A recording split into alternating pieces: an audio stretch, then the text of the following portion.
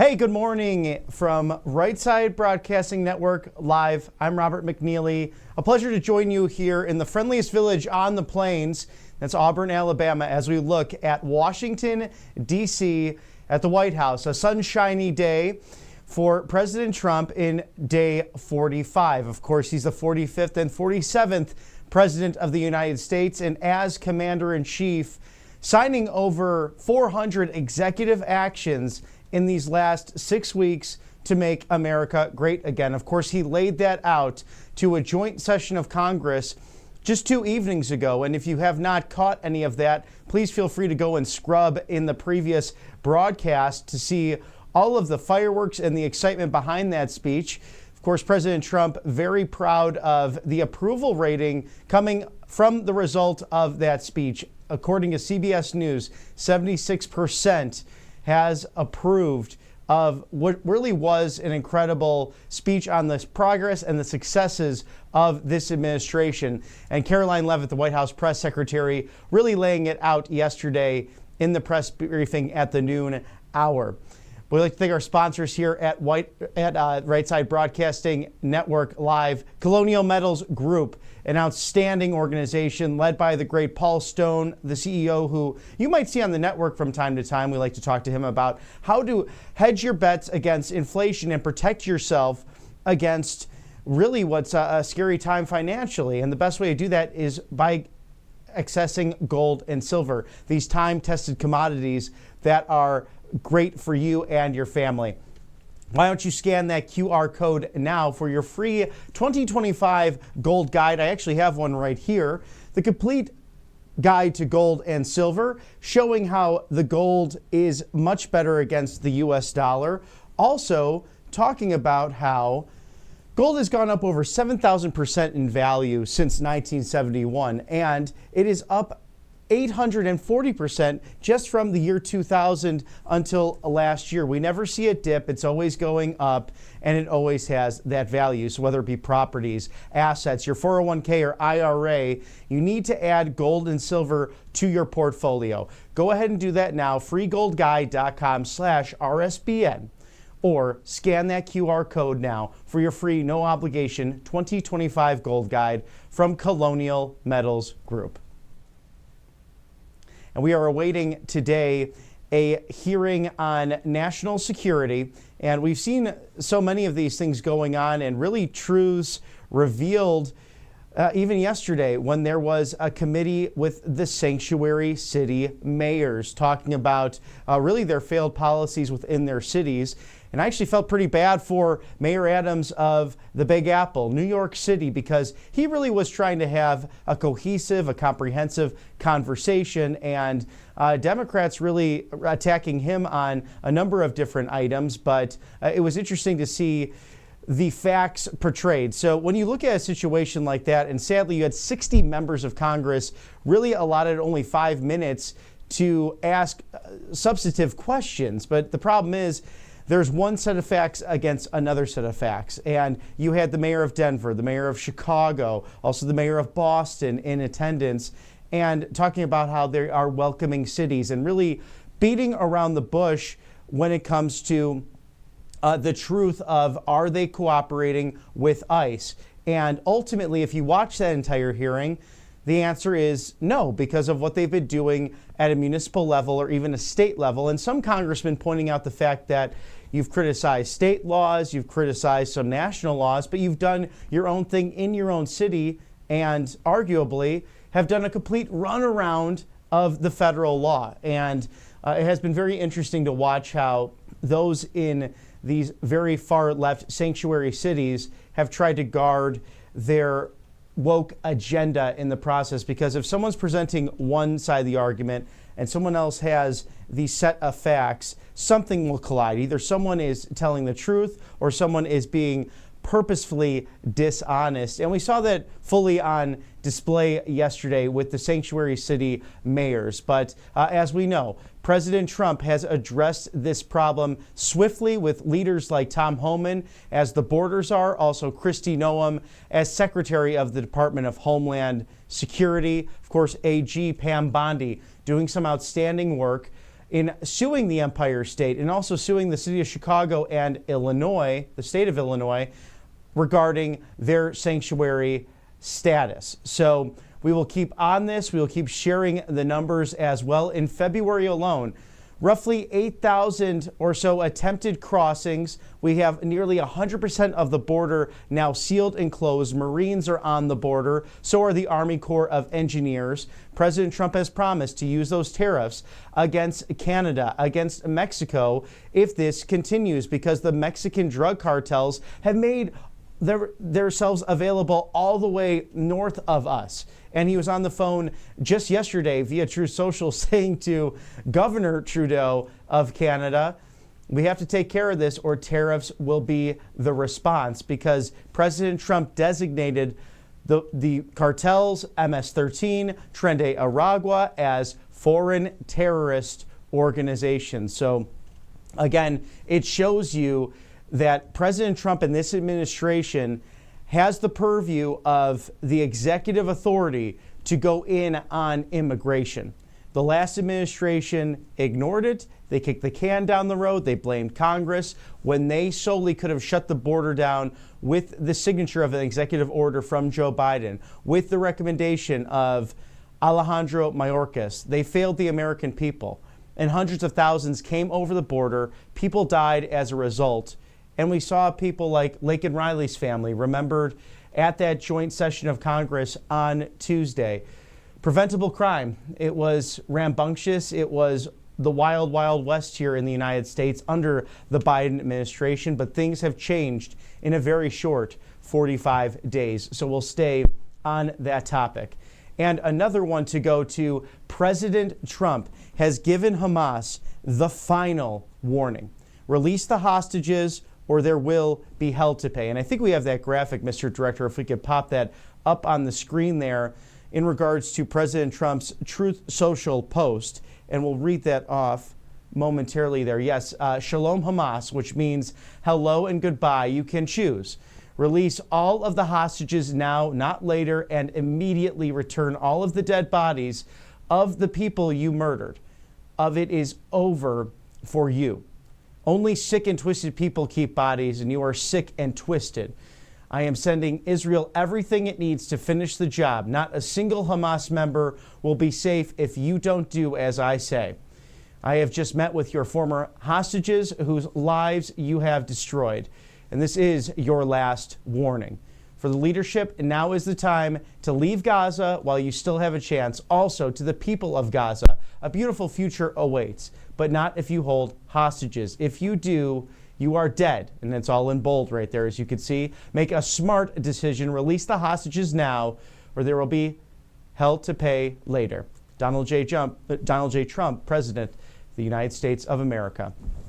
So not mincing words on Truth Social, being really straightforward, transparent, communicating with the American people and the people of Israel as well. And one of the reasons why I'm wearing my Israel blue today, because this has to come to an end. And we've seen so many releases of really great American citizens and hostages that were held during the Biden administration, whether that be J6 prisoners or those who simply went to pray outside of Planned Parenthoods who were pro-life.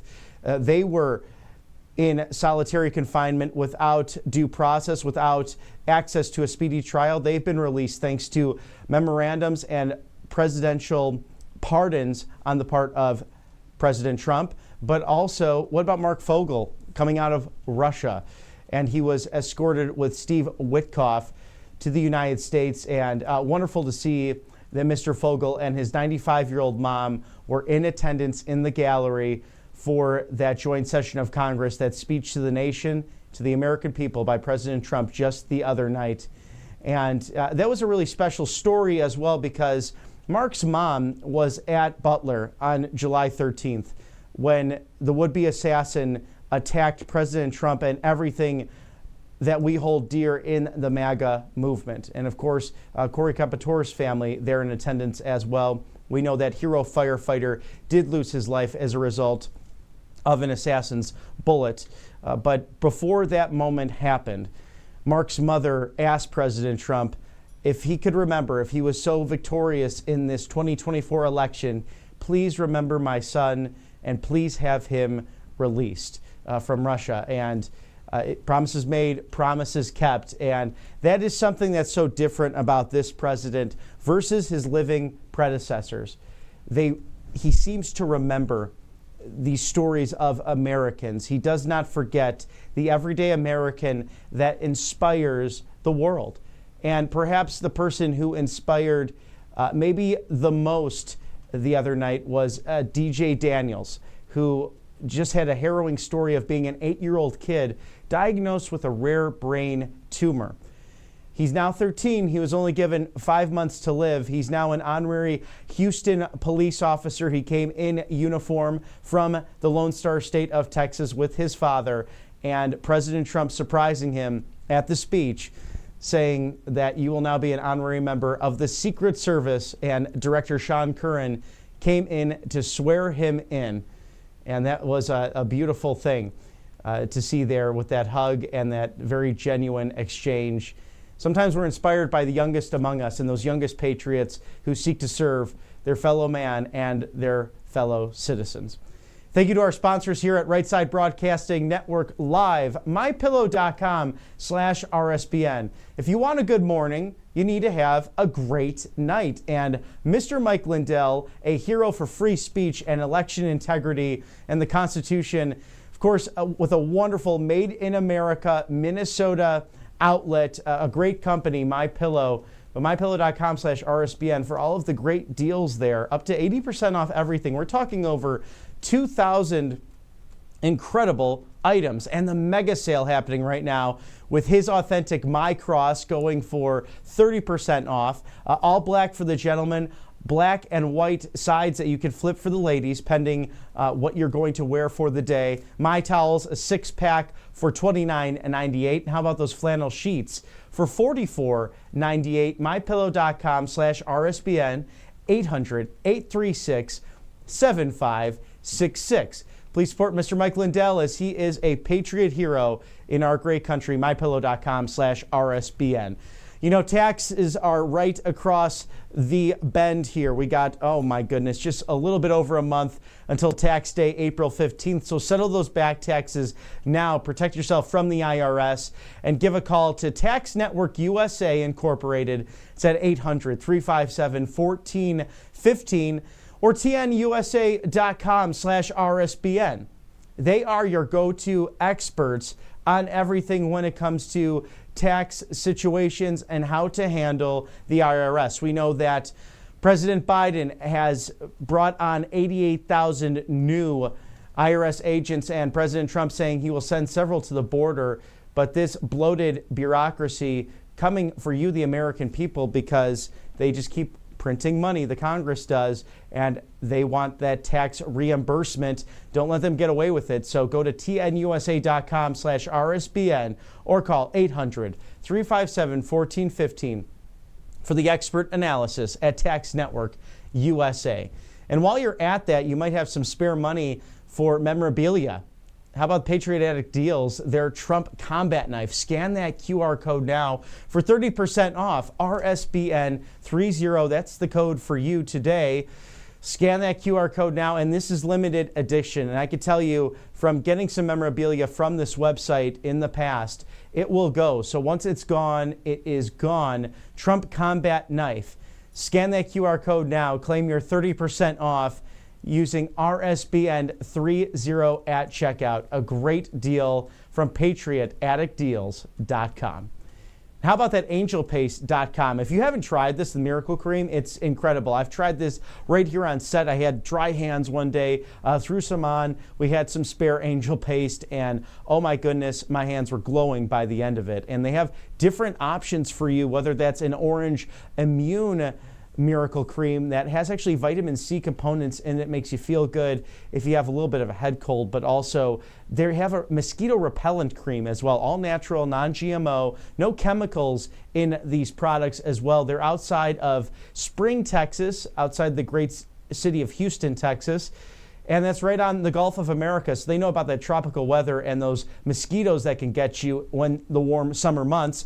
Angelpaste.com is your go-to for everything with that. And they're Christian-based and owned, also hiring veterans. So a great sponsor here at Right Side Broadcasting Network Live. Thank you to angelpaste.com. And we are awaiting a U.S. Senate committee hearing on armed services. So this is on defense mobilization and going through details of what will take place in this very scary world. We know that Russia and Ukraine seem to be seeking peace right now. There's this balance going back and forth. Of course, last week, President Zelensky met with President Trump and Vice President Vance in the Oval Office. Secretary of State Marco Rubio there and present. And the big takeaway from that meeting, if you remember, the U.S. or the Ukrainian ambassador to the United States putting her head in her hands and just disgusted with the way Vladimir Zelensky conducted business that day. He had met with pro-war Democrats prior to meeting with President Trump and seemingly wanted to be encouraged by calling for a mobilization and not an ending to this war, as President Trump had agreed to prior. President Zelensky breaking that promise, not signing the minerals deal, but now seemingly has come around once again. President Trump saying, once you're ready for peace, come back and talk to us.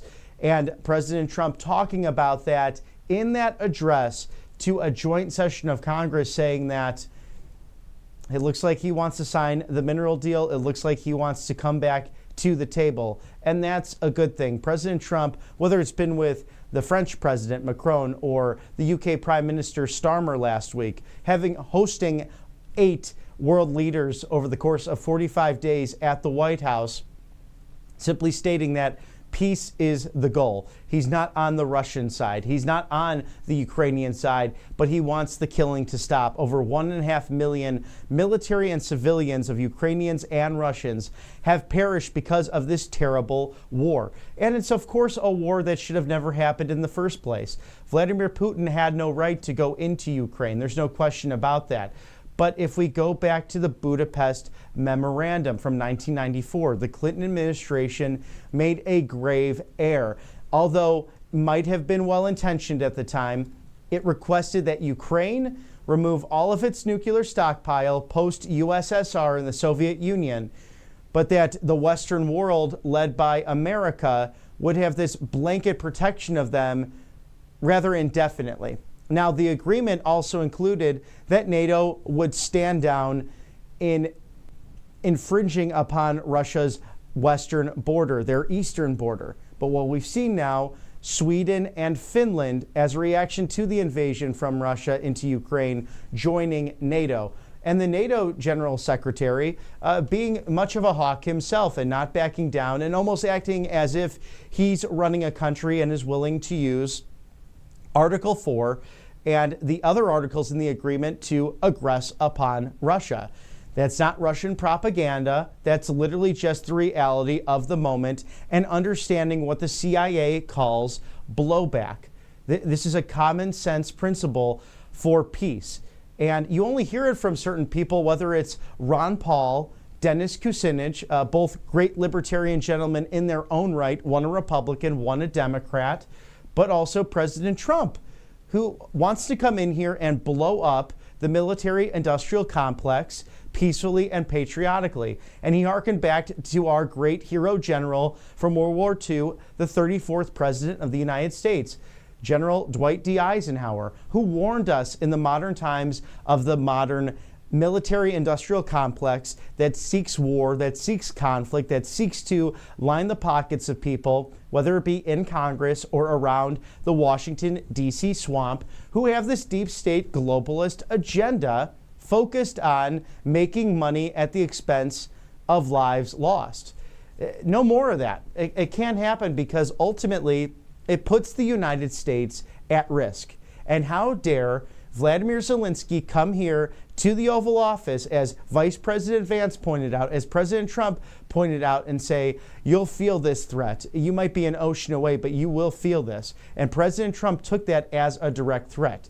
It's refreshing to once again have a president, a commander-in-chief, who seeks to put the American people first and not a globalist agenda. It's such a turn away from what happened with his predecessors, whether they be Republican or Democrat, people that wanted to put a globalist agenda first. President Trump does not want to do that. He wants to put the American people first. Thank you to our sponsors here at Right Side Broadcasting Network Live as we wait for the coverage of this testimony, U.S. Senate Committee on Armed Services hearing. It's on defense mobilization, but a great defense for your hearing is audience hearing. There are over 1.5 billion people worldwide who have hearing loss, and many of them don't even know that they necessarily have it. So if you're often asked to repeat yourself or sometimes feel tuned out of the conversation, your only option historically has to spend thousands of dollars on prescription hearing aids. Audience Hearing is changing all of that with their revolutionary new over-the-counter hearing aids that start at only $189 a pair. You don't need to take a hearing test or get a prescription. Instead, they've delivered to your door in just a few days at audionhearing.com/RSBN with over 1,000 happy customers. These hearing aids are very tiny. They're not bulky. They're, those traditional ones can sometimes be extremely obvious and rather embarrassing as well when you're out on the town. Audien is a proud American company with over 1 million happy customers. So you want to go to them today by calling 800-329-5079 or going to audionhearing.com/RSBN. Get a pair of these wonderful hearing aids, hearing for everyone, at audionhearing.com/RSBN. And how about Colonial Metals Group to financially secure your future? Even Warren Buffett shifting his money around, taking it out of stocks, putting it in others, but also being a champion for gold and silver. And he's someone who's, not necessarily MAGA politics. I mean, of course, he endorsed Barack Obama way back in the day, but even he knows how to shield his savings, and you should do the same with this QR code. Scan it now. Get your free 2025 gold guide. No obligation as well. Just gives you information on that. And I have one right here. It's nice and compact. Colonial Metals Group featured on the back. And also the fact that gold has gone up by 840% from just 2000 alone. And if you're going all the way back to 1971, when we went off of the gold standard, that is where gold has gone up 7,000% up through last year and continues to climb. So why don't you protect your financial future with the best hedge against inflation? That's gold and silver. Scan that QR code now or go to freegoldguide.com/RSBN. Colonial Metals Group. Thank you to Paul Stone, the CEO, and the wonderful people working at Colonial Metals Group for your financial future. And now we are waiting that U.S. Senate Committee on Defense Mobilization, and that will be roughly just 4 minutes from now if they remain on time. The Congress has been on time lately, but you never know with the busy schedule of Washington, D.C. And of course, you see there the White House, 1600 Pennsylvania Avenue, which President Trump has been at a huge pace getting things done for the American people day in and day out, now on day 45. And he mentioned the other night in Congress that, he really has accomplished so much along with this great administration that most people would not have accomplished in 100 days, let alone perhaps 4 years. But experience has given him time to really plan the MAGA agenda along with AFPI, that America First Policy Institute, that has ushered in a new dawn for America. And he was flanked by his wonderful cabinet. We have 2 left on that list, in fact, to be confirmed by the Senate. And that is Elise Stefanik over at the UN, to be the U.S. ambassador to the UN. Of course, the Secretary of Labor, Miss Lori DeRemer Chavez, the Congresswoman from Oregon. So if they are confirmed, President Trump will have a 23-0 record in the United States Senate for appointees and confirmations. Not too shabby, batting 1,000. He is playing Moneyball, if you enjoy that reference to the then Oakland A's, who really knew how to put the best people on the field in order to get the job done. And the question was, do they get on base? And these people do. These are experts in their fields. They are already doing so much great work to secure the border, to bring economic prowess and stability to this country. Even yesterday, Vice President Vance, joined by Secretary Pete Hegseth and Secretary Tulsi Gabbard on the border, working to fully secure this migrant crisis and the violent nature of the foreign terrorist organizations that are the drug cartels MS-13 and Tren de Aragua, now categorized along with ISIS, and deservedly so, for the horrible things they've done, poisoning people with fentanyl, or the horrible tribal killings that have taken place and the rapes and the murders in our country.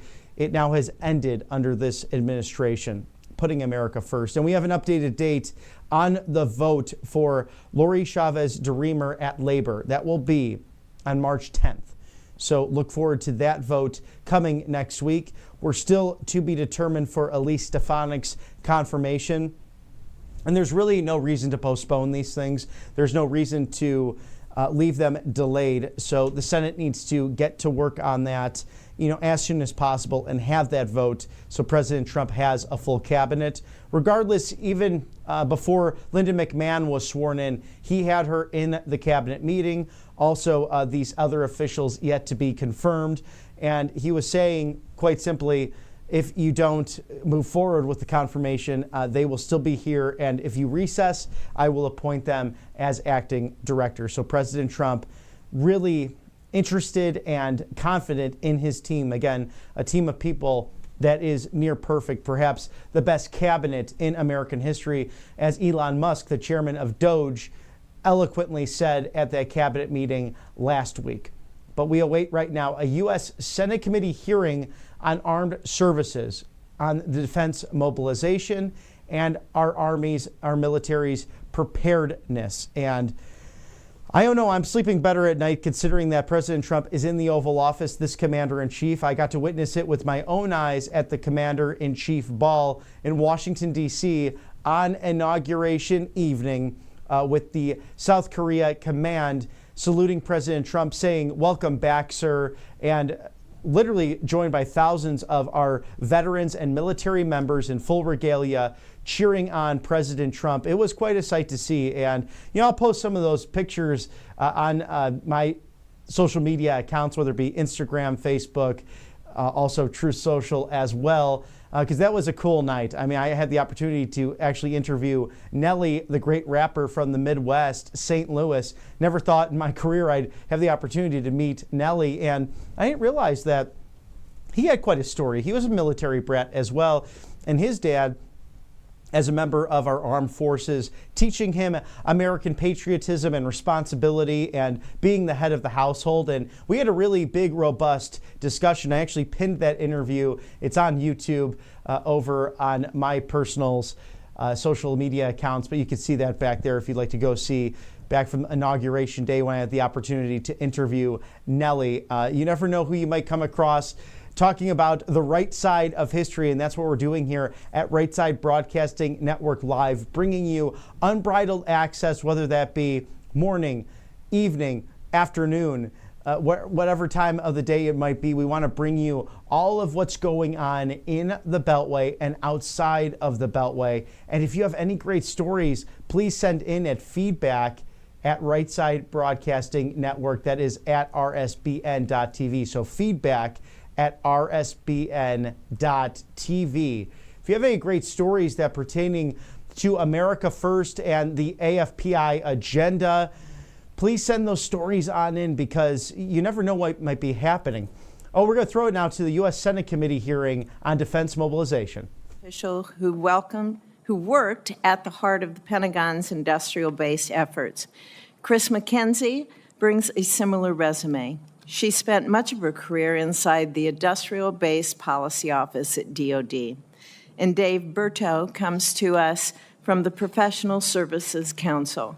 Before that, he served as the Assistant Secretary of Defense for Logistics and Material Readiness. Early put industrial base revitalization. There seems to be an error here. And before that, he served as Assistant Secretary of Defense for Logistics and Material. Welcome to the witnesses. Senator Wicker, the chairman of the committee, is detained for a little bit, and when he comes, he will enter his testimony into the record. With that, I would like to recognize the ranking member, Senator Reed. Oh, thank you very much, Senator Fisher, and I want to welcome our witnesses, Dr. Christine McKenzie, Dr. Jerry McGinn, and Mr. David Bertu. Thank you very much for joining us. This is a very important conversation, and we're fortunate to have such a distinguished panel before us. Throughout history, we have consistently seen nations with well-prepared militaries lose to nations with superior industries. The ability to deploy well-trained troops and advanced weapons to the front line is important in any armed conflict, but the ability to sustain those forces with adequate amounts of supplies and munitions is just as important. The Defense Acquisition University defines industrial mobilization as, quote, the process of marshaling the industrial sector to provide goods and services, including construction, required to support military operations and the needs of the civil sector during domestic or national emergencies. Put more simply, industrial mobilization represents the Defense Department's ability to call on the private sector in times of crisis. I am concerned that the United States is not currently prepared to do this effectively in a sustained, large-scale, or protracted conflict. The war in Ukraine and the incredible amount of military support we have provided has been vital for Ukraine's survival, but it has exposed our own industrial base vulnerabilities. We have learned that our capacity to produce vast amounts of artillery shells, precision munitions, and other modern weapons in a rapid, responsive way is much more limited than we realized. Our capacity has expanded significantly over the past 3 years, but we have relied on existing tools such as the Defense Production Act to overcome supply chain problems and increase production. Any future conflict we may face, particularly in the Indo-Pacific, will require much greater levels of military-industrial capacity, as well as interagency coordination to leverage a whole-of-government response. The process for large-scale mobilization dates back to the World War II era. When America entered the war, there was an enormous increase in military production of ships, planes, artillery, vehicles, and more, which eventually earned us the title as the arsenal of democracy. However, we must not forget that the industrial ramp-up actually began long before the war started and did not yield significant results until we were years into the fight. This is an important lesson we should remember today. Industrial mobilization does not occur overnight. Further, while we have a useful model from our experience in World War II, it is not a blueprint for the future. We must recognize the industrial base of today is very different from any period in the past, especially considering our reliance on information technology and software-based systems. We will need to mobilize different sectors of the economy and workforce unlike any time before. Moreover, we cannot assume, as we did in World War II, that our production facilities will be safe from kinetic or cyber attack, or that we will have uncontested supply lines for materials. I would ask our witnesses to discuss the lessons they have drawn from the war in Ukraine and what processes they believe need to start now so that the United States is prepared to win the next contest. This committee has spent years examining the challenge around these issues. We have worked to identify supply chain problems and improve investments in long lead items for the military. In recent National Defense Authorization Acts, Congress has directed the Department of Defense to stress test its industrial mobilization and supply chain capabilities. The department has found a number of challenges, including integration of software and information technology, but it is clear that material and labor shortages are the biggest problems to increase production. Indeed, there is nothing more important for our defense mobilization strategy than our workforce. the men and women in the Defense Acquisition Corps, and the personnel in the Defense Industrial Base. We cannot solve our industrial mobilization and acquisition problems without an adequate supply of skilled and trained workers. I would note that acquisition reform is necessary, but it is not sufficient to address the broader issues of industrial mobilization. In a crisis, having an acquisition system that is efficient and effective is important, but production capacity is far more so. Many of the policies and processes we put in place in peacetime for the sake of efficiency may actually be counterproductive in a prolonged crisis. That is why I'm so troubled by the mass firings of the defense civilian workforce which the administration is undertaking right now. The urgency around these issues has never been clearer. As Russia continues its onslaught against Ukraine and China calculates its own potential expansion, we have to make sure our defense industrial base is able to adapt, scale, and outpace our competitors in the 21st century. And I would ask our witnesses' thoughts on how we might overcome this challenge and how we can ensure that the workforce in place is there to do so. Thank you again to our witnesses, and thank you, Senator Fisher. Thank you, Senator Reed. Again, welcome to the panel. Dr. McGinn, you are recognized for your opening statement. Thank you, Chairwoman Fisher and Ranking Member Reed and members of the committee. Good morning. It is a privilege to be here, and thank you very much for having this hearing on this important topic, which is critical facing the nation. The United States has the most lethal and capable fighting force in the world, full stop. But as we've seen in recent war games, as well as in challenges that the Senator Reed alluded to in production capacity for munitions, we have real industrial-based capacity challenges. So these challenges led me to do a study that addressed the following question. How well is the U.S. industrial base prepared to mobilize in the event of major conflict? The short answer, published in our report before the balloon goes up, is that our ability to win a major war with a near-peer competitor is very much at risk. Unless senior officials across Washington and industry pursue bold actions immediately, we face potentially catastrophic consequences should the balloon go up in East Asia or elsewhere. Drawing on historical and recent cases, we developed a series of recommendations to enable industrial mobilization. I'd like to focus on two areas specifically. One is the authorities and planning capabilities, and then secondly, our ability to scale. So in the area of authorities and plannings, as you all know very well, the government's ability to mobilize industrial base starts with our legal authorities and the policies and plans.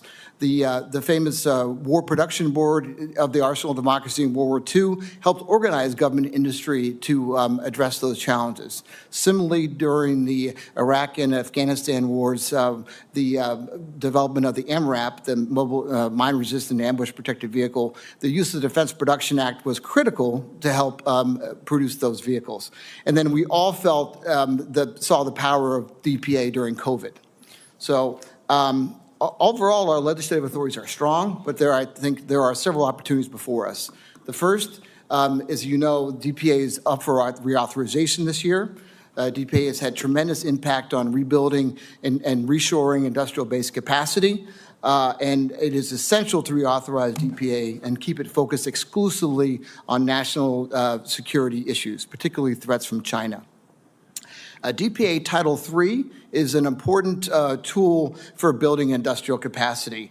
There would be the use of purchase commitments under Title III would be a great way to enable a strong demand signal for industrial capacity and capabilities such as specialty chemicals and critical materials. But currently, purchase commitments are not allowed, or not enabled, because the DPA funds are being appropriated with procurement dollars, which expire, as opposed to traditional DPA appropriations, which do not expire. And there's a real opportunity in another section of titles of DPA, Title VII, where we have two sections of authority that haven't been used since the Cold War that are really powerful. One is Section 708, which allows the creation of voluntary agreements between government and industry that allows collaborative industry-government engagement on critical supply issues. If we were to we have a few of these available now, but if we were to really kind of invest in these efforts, we could have that collaboration we had during the War Production Board years.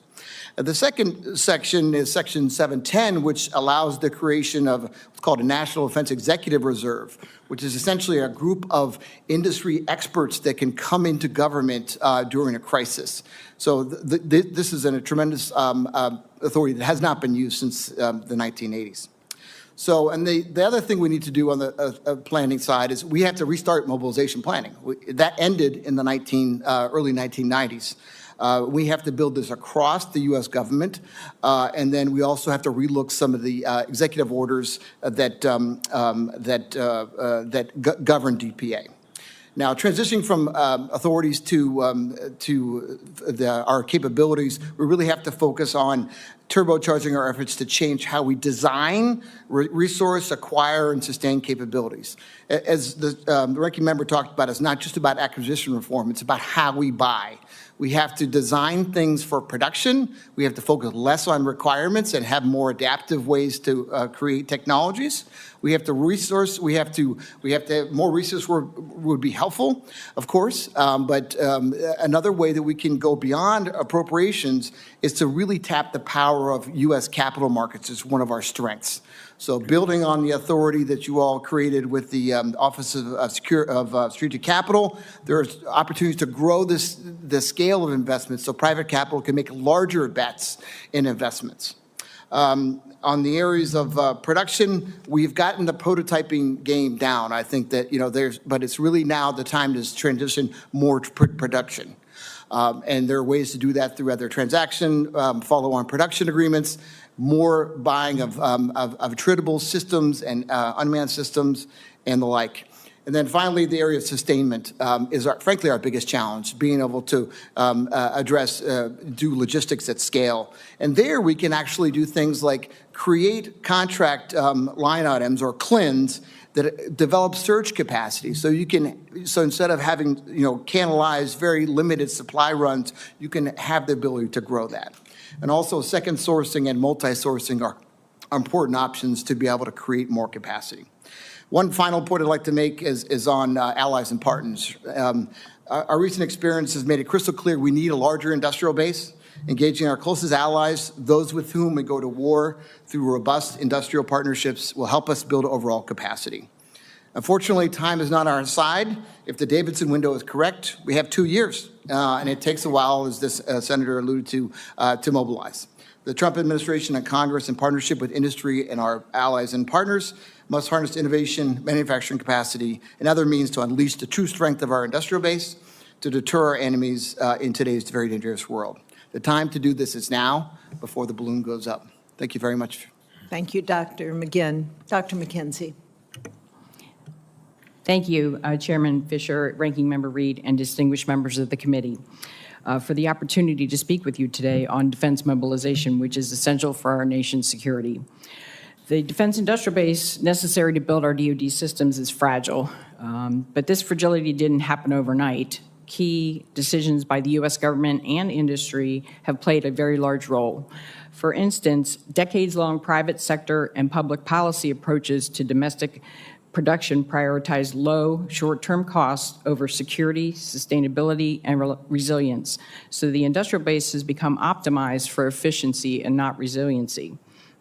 Just-in-time deliveries versus inventories of long lead time items cut warehousing costs and increased efficiency, but limits industry's flexibility and responsiveness. And the DIB has many single and sole source suppliers due to the decades of consolidation. Often those are foreign adversarial sources that are cheaper but can introduce risk. At OSD, I was in the trenches of mobilization efforts for almost a decade. I was the lead for DoD for scaling up production for all of the weapon systems we were sending to Ukraine, a function I led for various crisis scenarios since 2017. I was also very involved in DoD's efforts in response to COVID-19, working with the interagency partners, using the Defense Production Authorities Jerry talked about, Titles 1, 3, and 7, to execute CARES Act funding to increase production of medical resources, including prioritization and allocation of supplies, which becomes important when we're trying to mobilize and surge, and providing financial support to DoD suppliers. As the United States is supporting two conflicts and preparing for potential conflict in the Indo-Pacific region, it has become clear that the DIB is not equipped to mobilize to support the existing activities, much less a competition with China.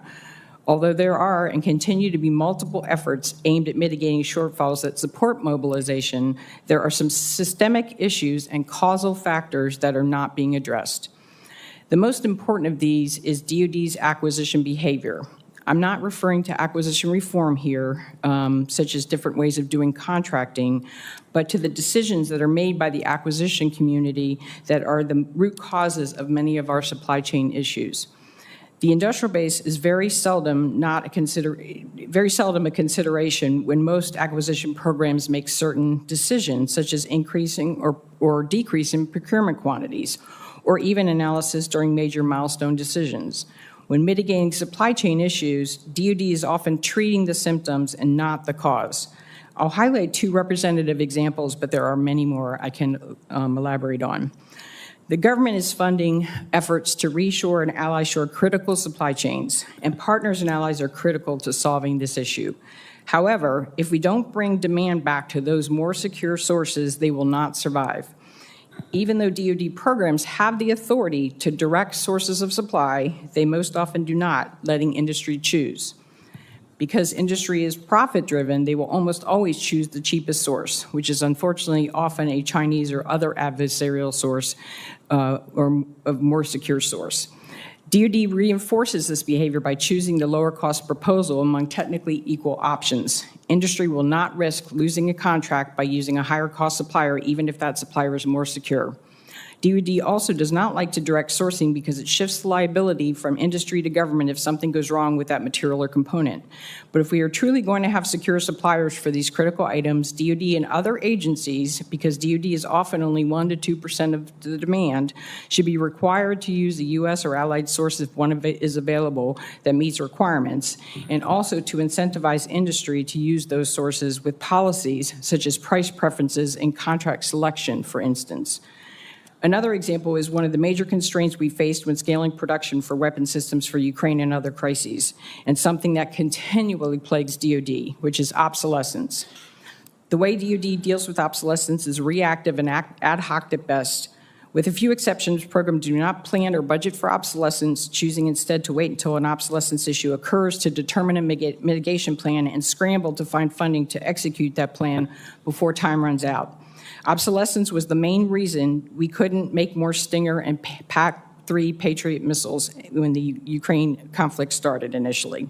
Acquisition program managers and even service acquisition executives have told me they can't afford to budget for obsolescence, but many studies have shown that being proactive by planning and budgeting in advance saves time and cost. Programs should be required to plan and budget to deal with obsolescence more proactively. Lastly, as we've been trying to mobilize the DIB to support various efforts, I'm often asked, why can't we do what we did in World War II as described in the book Freedom's Forge? I gave a lecture each year on mobilization to the entire class at the National Defense University's Eisenhower School, and one of the slides I always presented was, why not Freedom's Forge? Where I outlined the conditions that were very different between what was happening, and Senator Reid mentioned one of those, and what is happening now that make it impossible to replicate that scenario. I'm happy to discuss these in further detail. I'll stop there by saying I appreciate the committee's leadership and focus on the strategic topic and in helping in any way I can. I have submitted written testimony for the record, and I thank you for the opportunity to testify today, and I'm happy to answer any questions you may have. Thank you, Dr. McKenzie. Mr. Berto, you are recognized for your opening statement. Thank you, Senator Fisher, Senator Reid, and the committee. We really appreciate the opportunity to be here today. I am David Berto. I'm the president and CEO of a trade association, the Professional Services Council, but I need to reflect for the record that I'm here today in my personal capacity, and the opinions and suggestions that I make today are my own and not those of my organization, who would otherwise be considered guilty. there's been a lot of talk about the World War II example of full-scale mobilization, and really in American history, we've really only had two such examples, the other one really being the Civil War. Old as I am, I was not alive to participate in World War II as part of that process, but my experience is actually in a different segment that's already been touched on a little, and that's the Cold War, and particularly the Reagan buildup during the Cold War. I arrived at the Pentagon in 1981, served there until 1993, and was very actively involved in a number of issues there. And there's a couple of lessons that I'd like to propose to you from that period of time that may be relevant to the discussion today. The first is that we actually had an operational plan and a scenario on which we could calculate what our mobilization requirements were. It was, in fact, Soviet tanks coming through the Fulda Gap in Germany and invading Europe. That was the driver. That was the thing that if we didn't prevail there, we'd go nuclear. And global thermonuclear war was clearly not an option we wanted to pursue, although we were prepared for that. How were we able to use that? We were able to build the requirements and actually secure the funding from the Congress because we had a common agreement between the White House, the Pentagon, and the Congress as to what the threat was we were facing and what the scenarios were on which we'd have to plan and be prepared to execute. So the first thing is we had that common ground. I don't think we have that today, and I think one of the most important things this committee can do is drive us to get that common understanding of what the scenario is. We had an operational plan, which is the fight today piece, and then we had a scenario, which is how that evolves over time. We need that in place today. The second lesson, and by the way, by being able to do that, we were able to propose funding for surge capacity, for war reserve spares, for training, for sustainment investments, for actually deploying and being able to show that we were able to do this. And the appropriators would give us that money because it was justified and everybody agreed on the basis for it. We don't have that today. An example of that, in fact, is when one of the lessons from Ukraine is the multi-year procurement for expanding munitions production capacity. The Pentagon's first submission to the Congress was decremented by a lot of the extra money that was going to go into building the multi-year procurements for many of those programs because there were higher priorities the committee had to achieve than to put those in place. Ultimately, that got fixed, but it took a long time to get agreement on that. So we have to have that agreed upon set of scenarios on which to base requirements. The second thing that we learned from that Cold War experience is the best way to deter was to demonstrate, not put on paper, but demonstrate that we had the capacity to deliver that. So every year we would have massive exercises where we'd literally deploy forces from the U.S. And sustain those forces in operations in Europe. Thousands and thousands of troops from all the NATO countries combined, clearly showing the Soviets that we could make it work. And that demonstrated capacity, I think, is the second key lesson. The third key lesson been referred to a lot here is the partnership with industry. And that partnership with industry is oftentimes an arm's length partnership. Dr. McKenzie did a good job of describing some of the flaws in that process. And I think that partnership has to include long-term contracts. It has to include stable design so you can maximize productions. That's one of the big advantages we actually had over Germany in World War II. Hitler and his team could not stop putting change orders into programs because new stuff would come along and they'd actually stop production in order to do it, whereas we would actually move those new ideas into the next iteration of different aircraft so we maximize production while still getting the benefits of new technology and research and development. And we did that throughout the war. The fourth lesson is the reliance on allies and partners. And Senator Reid, you mentioned Indo-PACOM and the China threat. You know, DOD uses the word the pacing challenge. I think it's actually much bigger than pacing, but it is the threat, but it's not the only threat.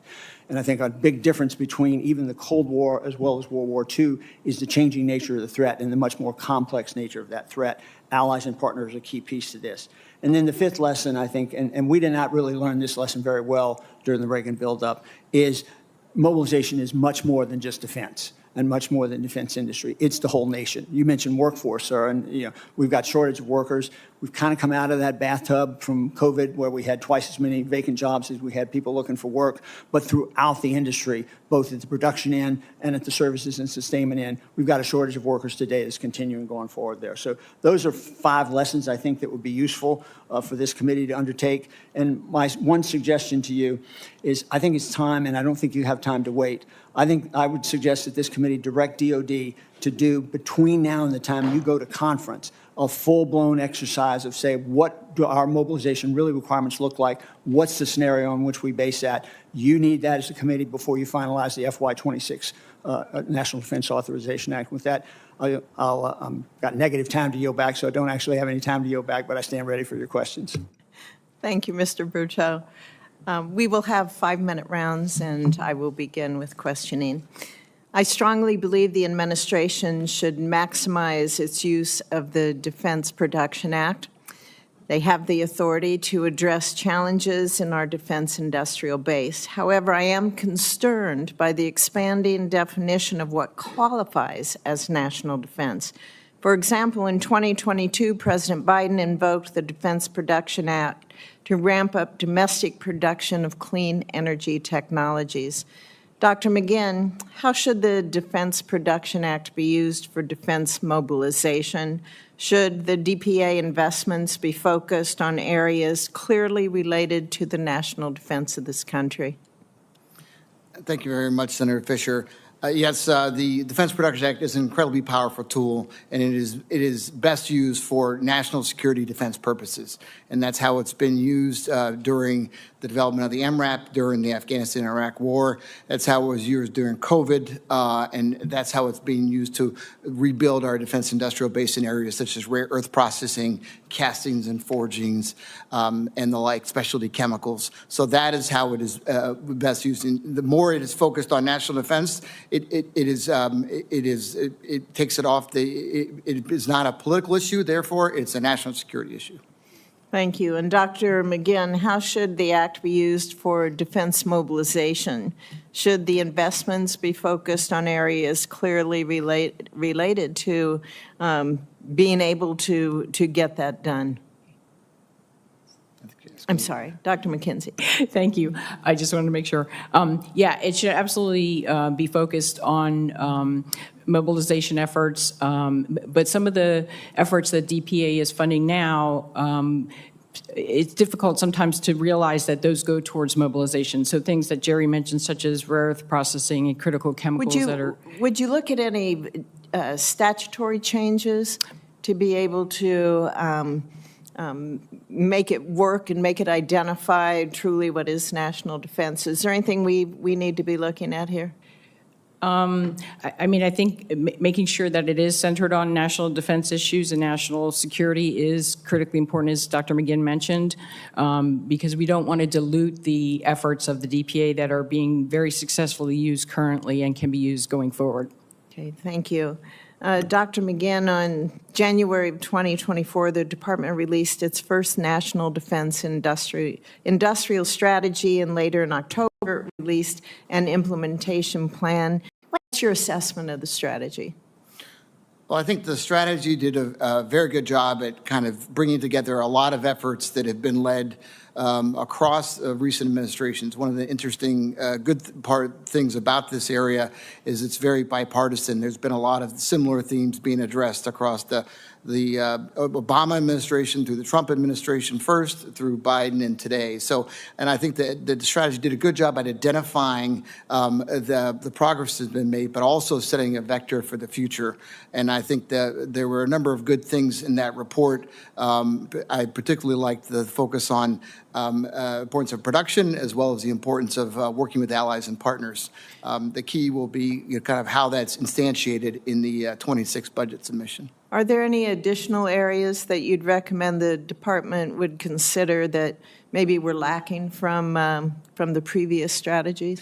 Yeah, I think two things I would recommend. One is mobilization. I mean, it's mentioned briefly in the strategy, but there's no talk about restarting kind of mobilization planning. I mean, there actually are program elements in the Army, Navy, and Air Force, Marines for mobilization, but they're really all about pre-positioning equipment and the like. There's no kind of planning function that's being done today. That all stopped, and that needs to be restarted.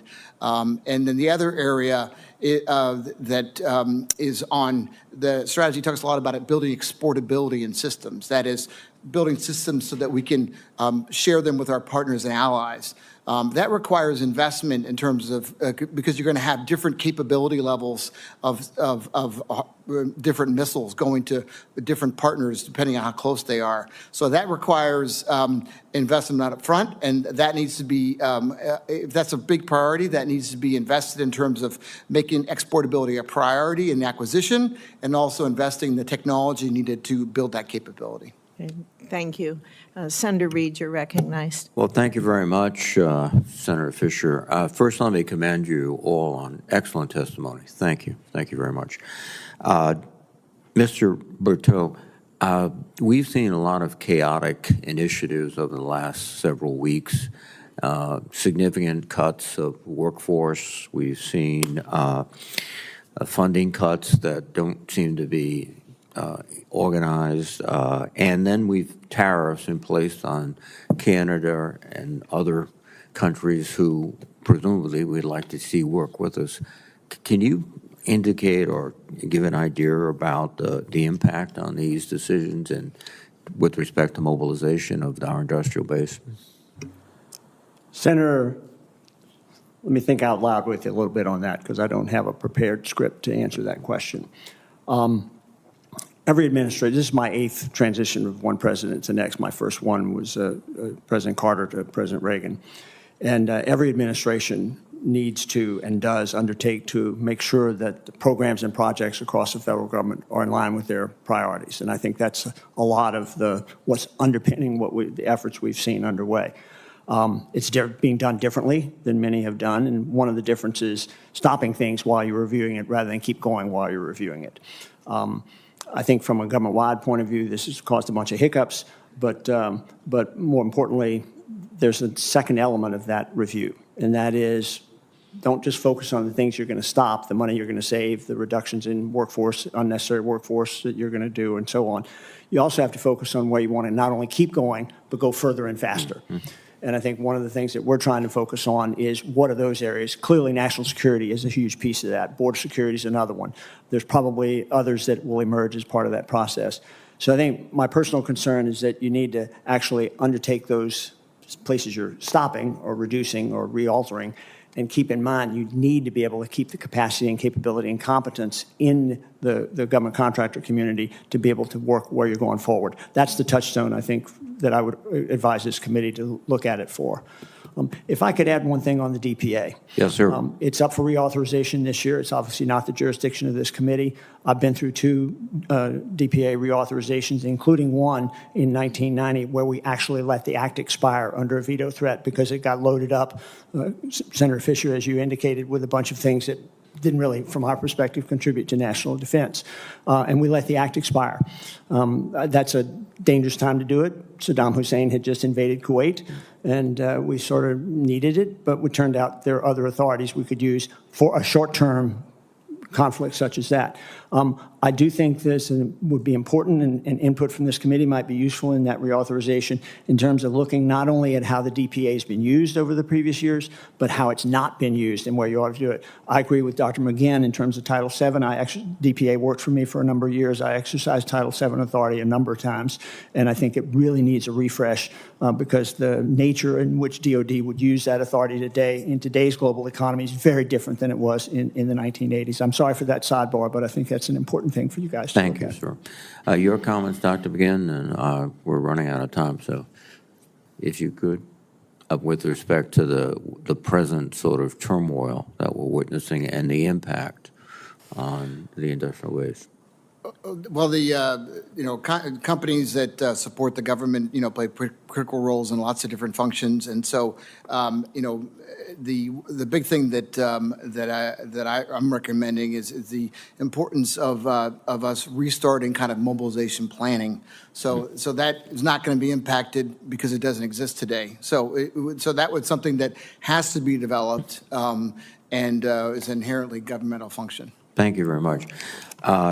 Dr. McKenzie, we are much more reliant upon information technology and software-based systems today than we were certainly in World War II and other periods of mobilization. When it comes to planning and preparing for industrial mobilization, how does this relate to the situation? Well, luckily, software and software systems have been, I would say, more adaptable than some of the hardware systems as DoD tries to move forward. So they do things like agile acquisition and refreshes and upgrades quite quickly. So I think software is absolutely key to any mobilization effort because that's what's controlling all of our command and control. For instance, C4ISR. So yeah, it's absolutely essential. Well, thank you very much. Thank you, Madam Chairman. Thank you, Senator Reid. Senator Rounds, you are recognized. Thank you, Madam Chair. First of all, thank you to all of you for being with us here today. We appreciate the time that you're taking from your schedules. For all of you, the fiscal year 2025 defense bill includes a provision from my office, Section 1074, a report on operational plans of the Department of Defense, which requires an assessment of the operational plans of the DoD in the event of multiple concurrent contingencies or protected conflicts. This requirement reflects the reality that in the event the U.S. engages in hostilities with China, other adversaries such as Russia and Iran will press their own advantage in Europe, the Middle East, and elsewhere. Basically talking about if we have a conflict, we're going to have a conflict on more than one area or one theater at a time. What are some of the considerations that we must take into account when talking about a multi-theater mobilization? And what are some of the key shortfalls that you believe the department should identify and highlight in their assessment? Dr. Berto, would you like to begin? Thank you, Senator. Let me again go back a few years. So, at the time of the Cold War, we really only had one set of scenarios that we cared about, and that was the Soviet threat in Europe. Everything else was considered to be what we called a lesser included case. That means whatever force structure and capability we'd have to counter the Soviet threat would probably be sufficient to counter any other threat. After the end of the Cold War, we changed that to several different iterations from a planning process point of view, including a two-war scenario, that essentially being the Middle East and Iran, Iraq, and the Korean Peninsula. It turns out after 9/11, we discovered that lesser included cases might be lesser, but they weren't included. And so we had to have a big shift in terms of both our strategy and our force posture to deal with that. In 2012, I was chartered by DoD to do the first assessment of what the force posture would be needed for the pivot to Asia. And what I discovered is there was no basis for that. And so it didn't fit. Again, this was a greater not included rather than a lesser included. And so I think if you look at that evolution over time, the request of your provision is a very valuable and timely request.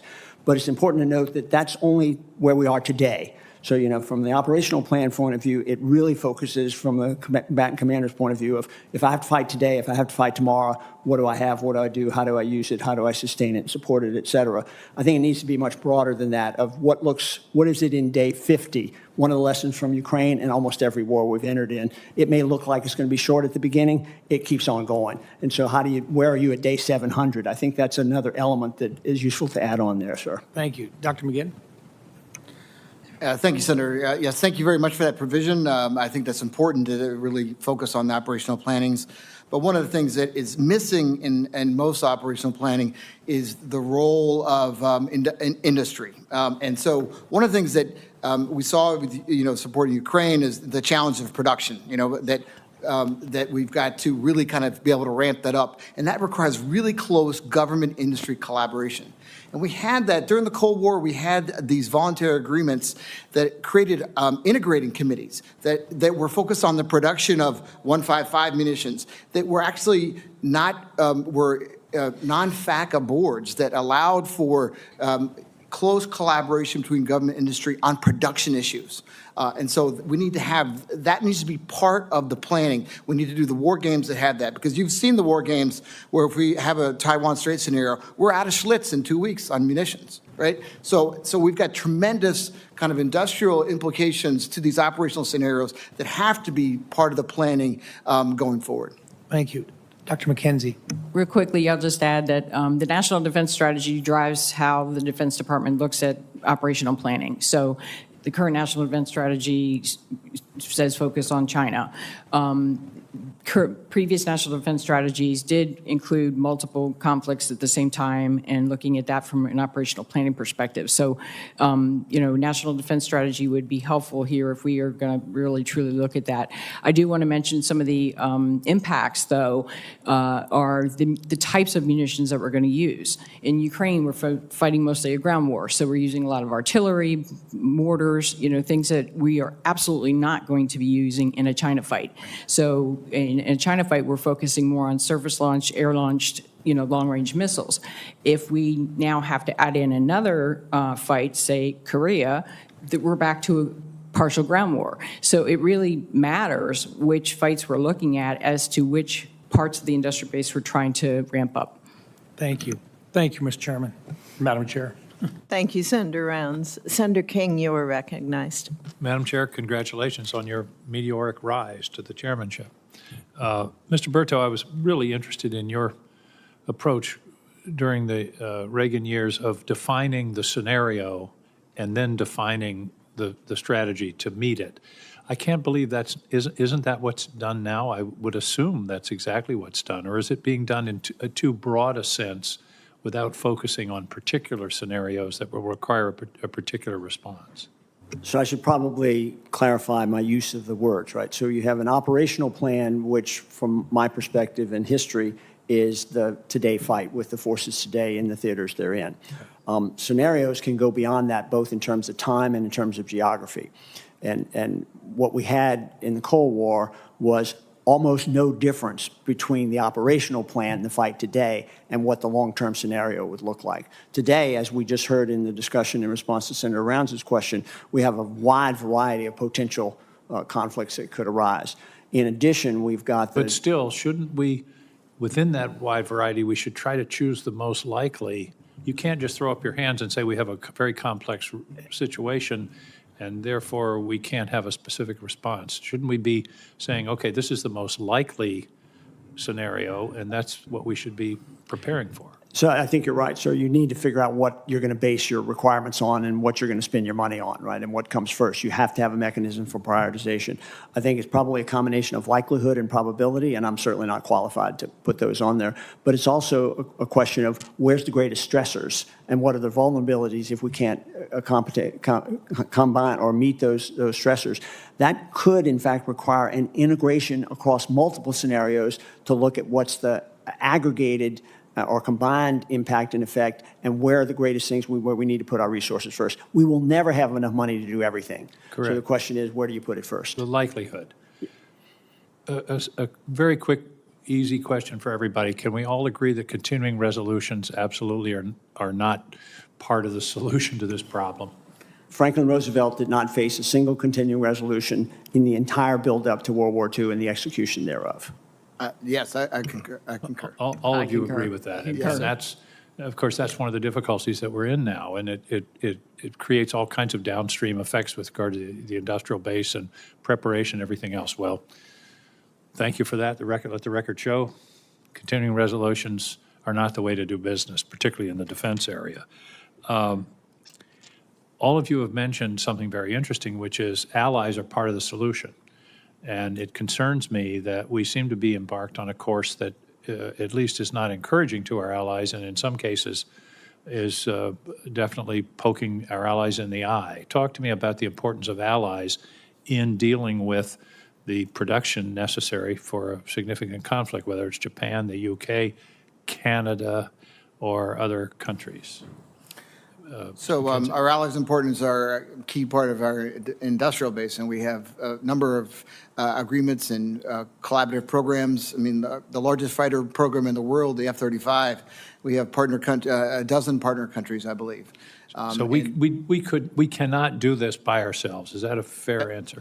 That's correct. That's correct. All of you are nodding. Could you say yes? Because nods don't show up in the record. Yes. Yes, yeah, nods don't show up in the transcript. Do they? Exactly. Thank you. One of the problems is the consolidation within the defense industrial base. How do we go about expanding the options available? One suggestion we had from one witness earlier was to go to major manufacturing facilities, Ford Motor Company, for example, and getting them engaged in military production as well as making F-150s. How do we expand the industrial base? Everybody comes here and says we need to expand the industrial base. Give me some practical suggestions as to how that might happen. Go ahead. Senator, it's a great question. And I think, one, we have to recognize the consolidation industrial base, people talk about it, it's largely a function of spending. During the Cold War, during the 80s, when Mr. Berteau was in the Pentagon, we were spending 5.5%, 6% of GDP. Now we're spending around 3%. So you're going to have less companies, in the overall ecosystem. And then, as something that Dr. McKenzie mentioned, is that when your acquisition is focused on efficiencies, you want to buy the right system for the right time, and then what that ends up with is very limited production runs and/or very production runs that last for, when you have platform programs like the F-35, the Bradley fighting vehicle, the Abrams tank, they last for 40 years. And so you have a prime contractor that has that market position. So my argument is that to change the dynamic, we have to change how we buy, which means buying more systems, buying from multiple sources, and you can do that very much. You can do that very much with unmanned systems, with some of the platform systems. You can do that as well. There's been a lot of work done on second sourcing back in the 70s and 80s, where we're buying munitions from 2 suppliers, and that reduces costs. So there are ways you can increase competition by changing your buying approach. And that has to get away from some of the efficiency focus and more on what capabilities and capacities do we need. And one of the particular things that ought to be part of this is modularity, so that you can upgrade without having to upgrade the entire platform. Ms. McKenzie, is that correct? Madam Chair, would you indulge me for one sentence? We just don't buy enough to keep more companies in business. We just don't buy enough. The reason we only have 2.5 manufacturers of tactical missiles is we only buy enough to keep 2.5 companies in business. Thank you. Thank you, Madam Chair. Thank you, Senator King. Senator Sheehy, you are recognized. Thanks for appearing today. Mr. Berteau, you talked about, the World War II construct, obviously, with regard to revisioning of product specifications and how we evolve that. I share the same concern, though, with regard to the customer has created this problem. The government, the Pentagon has created this defense consolidation and the brittle supply chain we have. And I'm not confident that the government can be the solution to it either. How do we incentivize the industry, free market solutions, to actually create a resilient and diversified supply chain, rebuild the industrial base in a way that's resilient for a sustained conflict? Because, during World War II, Japan and Germany had a very centralized defense acquisition ministry, specified everything from on high, and tried to control the entire process from A to Z. And that worked very well early on, but it couldn't keep up with the sheer quantity required, and there is a certain amount of quality in quantity. So that strength for us came from the free market. It came from private companies working in coordination, of course, with the government. But how do we take a defense base that has largely been atrophied to the point of almost non-existence for quantity-level manufacturing, and how do we incentivize the free market to outpace the government in fixing this solution? Thank you, Senator. There's 2 ways to approach that. And when I got to the Pentagon, there's this famous chart of we went from 51 prime contractors down to 5. When I got to the Pentagon, all 51 were there. Why did they go away? During a buildup in which we were doubling the size of procurement and research and development expenditures in DOD. They went away for 3 reasons. Number one is, even with those more dollars, there wasn't more quantity to buy. Second is, we began to put more and more regulations on top, the compliance regulations. I'm working on, and I'll be glad to provide it to the committee when I'm finished this, a comparison of the compliance requirements that a government contractor has, not just defense contractors, but any government contractor, and what happens in the private sector. And it's a list of at least 15 or 20 things that cost more, take time, and don't really improve results, in my opinion. And I think that's an important piece of it as well. Ford Aerospace, Fairchild Industries, Sperry, Burroughs, GM, they all went out of the defense business in the middle of the buildup because it was no longer, 2 things. It was no longer time time value of money in the private sector is way different than the time value of money in DOD. So the returns weren't there. The opportunities for better returns elsewhere were there. So you have to be able to counter that with government policies and programs that offset that risk-reward basis that the financial market's always looking for. And I think that can be done, but that's not the path we're on right now. So for any of you who choose to answer then, how does the government remove the bureaucratic red tape that really creates a sclerosis in the acquisition chain that disincentivizes companies from wanting to do business with the Pentagon, that disincentivizes companies from that we don't have to have SpaceX and Palantir sue the government to buy a solution that's better for the warfighter. And that's what's been going on. A better solution can be sitting on the shelf, but since it doesn't comport with a dizzying array of Byzantine regulations, either it's not purchased or that company has to sue the government to give the warfighter the equipment they need. Now, how do we change those regulations quickly, internally, so people want to do business and want to support the warfighter? Great question, Senator. I would start, again, what's unique about the government contracting system is, it's a monopsony. You have one buyer or one sets, different sets of buyers, and, so it creates different dynamics. They can set the market. So the power is in the hands of the government or the Department of Defense to change incentive structures, because companies, private companies, public companies, they respond to incentives. And so the onus is on the department to change those incentive structures, and Congress can help here. And a couple of ways that we can do that, that will create more opportunities for companies across the spectrum, is to to bring the power of our capital system that you allude to bear. And because if we want to build factories in advance of need, can be done through the government investing. But, we're not going to be doing any more big CHIPS bills, that kind of government investment. But if you incentivize companies and create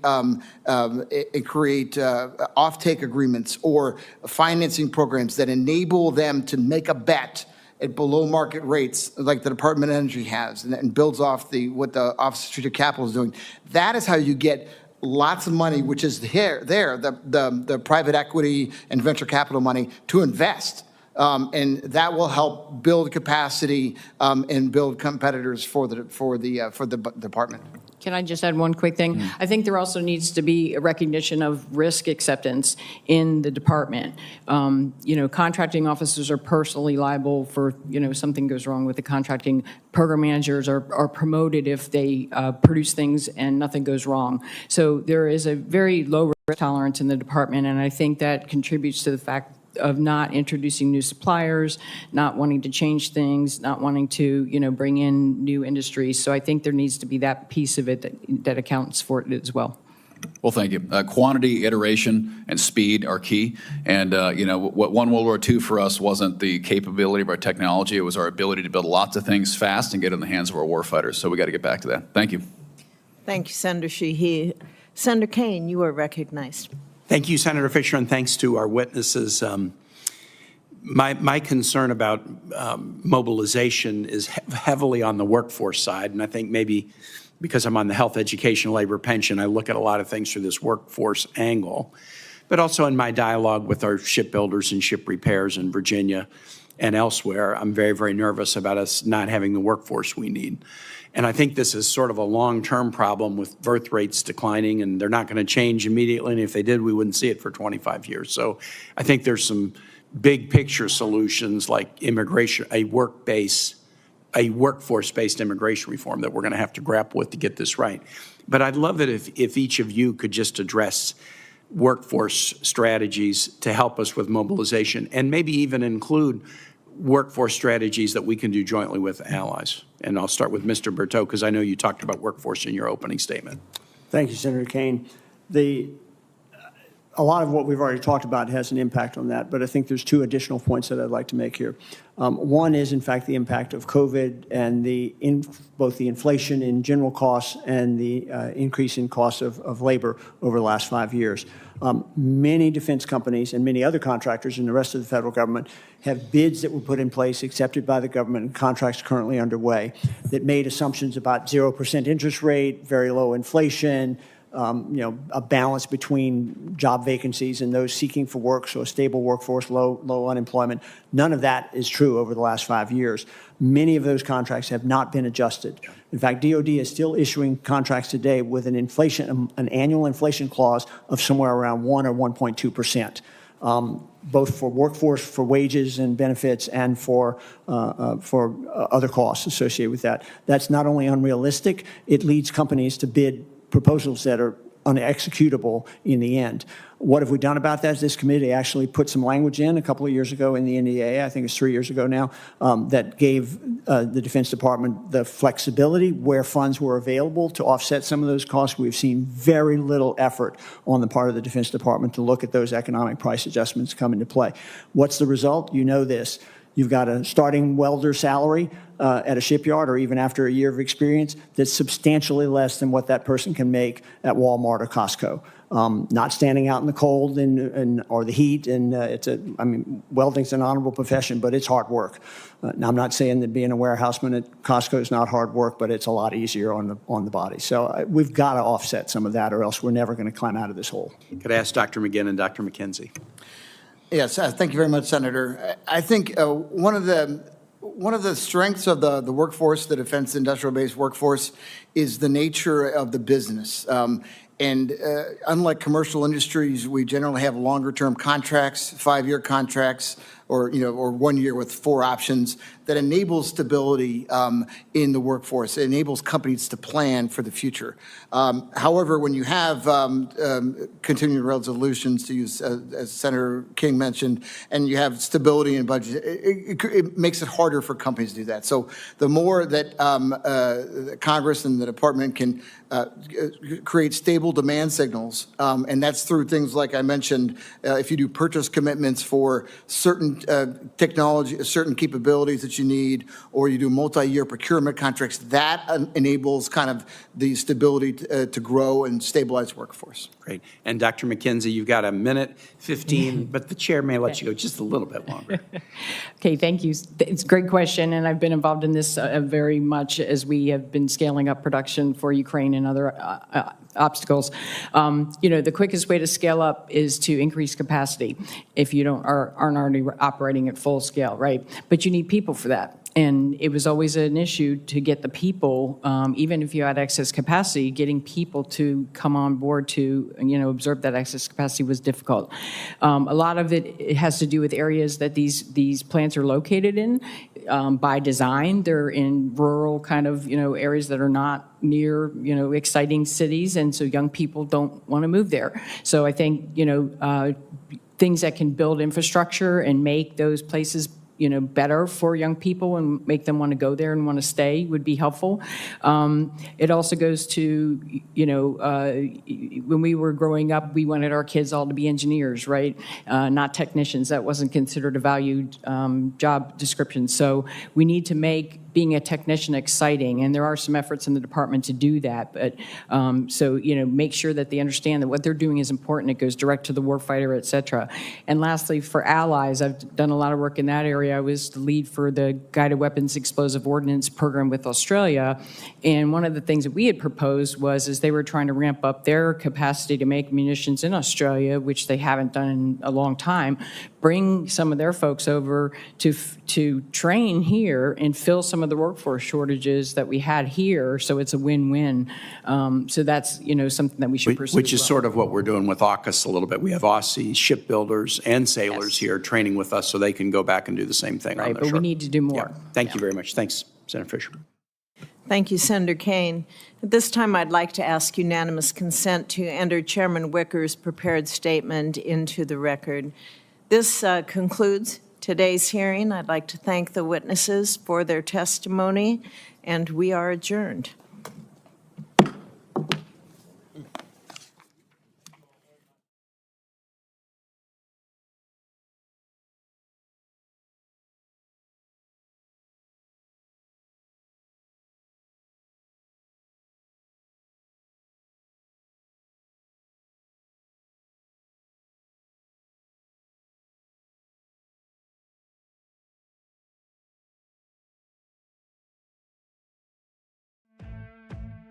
Welcome to Right Side Broadcasting Network, your trusted conservative news outlet.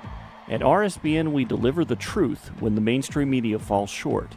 Since 2015, we've proudly broadcasted every single one of President Trump's iconic MAGA rallies, bringing you the excitement and energy live before anyone else. By watching RSBN, you get an unfiltered front row view of the action on the ground. We interview the crowds to give a voice to millions of Americans just like you. We show you President Trump's speeches in their entirety, free from interruptions and censorship.